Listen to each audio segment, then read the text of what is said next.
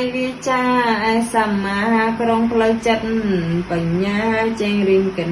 ជំរុញចិត្តឲ្យភ្លឺក្រៃរក្សាសិលឲ្យជាប់5ឬ10ឬ5វ័យ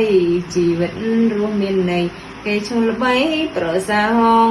សេតនាត្រង់ត្រាស់ចិនកុំឲ្យគិតជាប់ចំណងដោយស្វាត្រូវគេចងចិត្តនងណ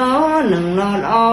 ដោយឈ្នះចងប្រព្រឹត្តធម៌ទុច្ចរិតនឹងឲ្យបានជីវិតជួមតែខ្សានជូនដល់ថានិព្វានង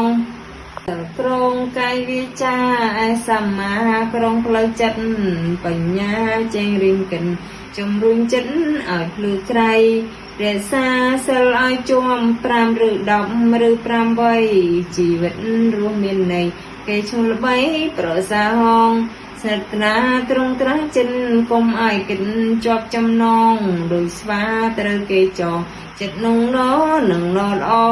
ដោយឈ្នះចងប្រព្រឹត្តធម៌ទុច្ចរិតនឹងឲ្យបានជីវិតជួមតែខ្សានជូនដល់ថានិព្វានងក្រងកាយវាចាសម្មាក្រងផ្លូវចិត្តបញ្ញាចេញរៀងកិន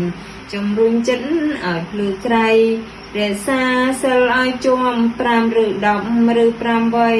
ជីវិតរស់មានន័យគេឈ្មោះល្បីប្រសាហង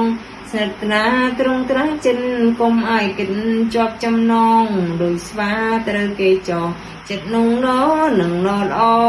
ដោយឈ្នះចងប្រព្រឹត្តធម៌ទុច្ចរិតនឹងឲ្យបានចាសួស្តីដល់បងប្អូនទាំងអស់គ្នានេះជា Channel បង្រៀនចិនដែលបង្ហាញអំពីការរៀនចិនពីថ្នាក់ដំបូងរហូតដល់ចេះខ្លះៗហើយដូចនេះសូមបងប្អូនទាំងអស់គ្នាជួយ Subscribe Like និង Share បានច្រើនដើម្បីកូនខ្មែរជំនាន់ក្រោយចេះភាសាចិនដែរ